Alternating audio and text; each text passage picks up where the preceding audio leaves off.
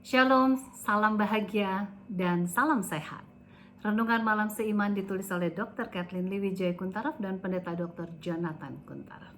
Judulnya adalah Damai di Dalam Roh. Dan janganlah kamu mendukakan Roh Kudus Allah yang telah memeteraikan kamu menjelang hari penyelamatan. Efesus 4 ayat 30. Melalui Roh Kudus kita mempunyai hubungan dengan Allah sehingga dapat merasakan apakah suatu sukacita atau duka cita, berbahagia atau perasaan susah, serta mempunyai pikiran yang nyata dan kerinduan dalam kehidupan kita masing-masing. Roh merindukan agar kita dapat hidup dalam persekutuan dengan Tuhan dan meninggalkan hal yang akan mendukakan hatinya.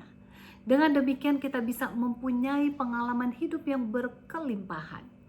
Apa yang kita perlu lakukan hanyalah hidup dengan penuh penyerahan kepada Tuhan. Oleh sebab Roh Tuhan mempunyai kerinduan untuk hidup di dalam kita, maka Roh Tuhan juga memiliki potensi untuk berduka cita bila mana keputusan hidup kita tidak sesuai dengan kerinduannya. Jikalau kita ingin mempunyai pengalaman hidup yang berkelimpahan dalam kehidupan ini, maka kita harus belajar untuk memberikan perhatian kepada perkataan, pemikiran, dan kerinduan Tuhan di dalam kehidupan kita masing-masing. Kita harus mencari dan menemukan damai dalam kehidupan kita yang berasal dari Roh Kudus. Dalam hal ini, Alkitab memberikan kepada kita hubungan antara penurutan kepada firman Allah dengan damai. Misalnya dalam Mazmur 119 ayat 165 dikatakan, besarlah ketentraman pada orang-orang yang mencintai Tauratmu. Tidak ada batu sandungan bagi mereka.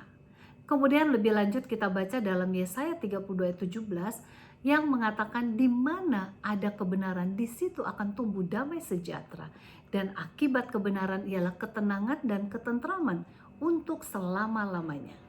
Mazmur 34 ayat 14 mengatakan, jauhilah yang jahat dan lakukanlah yang baik. Carilah perdamaian dan berusahalah mendapatkannya. Adalah suatu kerinduan dari Roh Kudus agar kehidupan kita masing-masing sesuai dengan tulisan Alkitab. Bahkan Roh Kudus merindukan untuk memberikan pernyataan kepada hati kita masing-masing.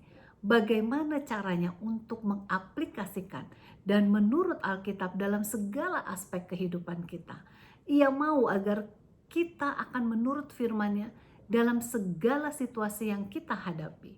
Roh Suci juga rindu agar pikiran kita dapat selaras dengan kehendak-Nya, sehingga kita dapat menikmati kehidupan yang berkelimpahan dalam penurutan kepada firman-Nya.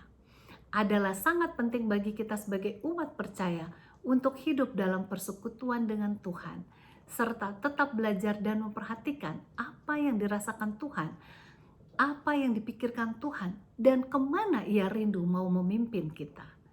Kita harus bertumbuh dalam pengetahuan mengenai bagaimana Tuhan berbicara dan memimpin kita, sehingga kita tetap dalam persekutuan dengannya. Roh Tuhan akan tetap memimpin mereka yang senantiasa senang untuk dipimpinnya, sehingga kita akan dapat memiliki damai yang sempurna secara berkesinambungan. Tuhan Yesus memberkati.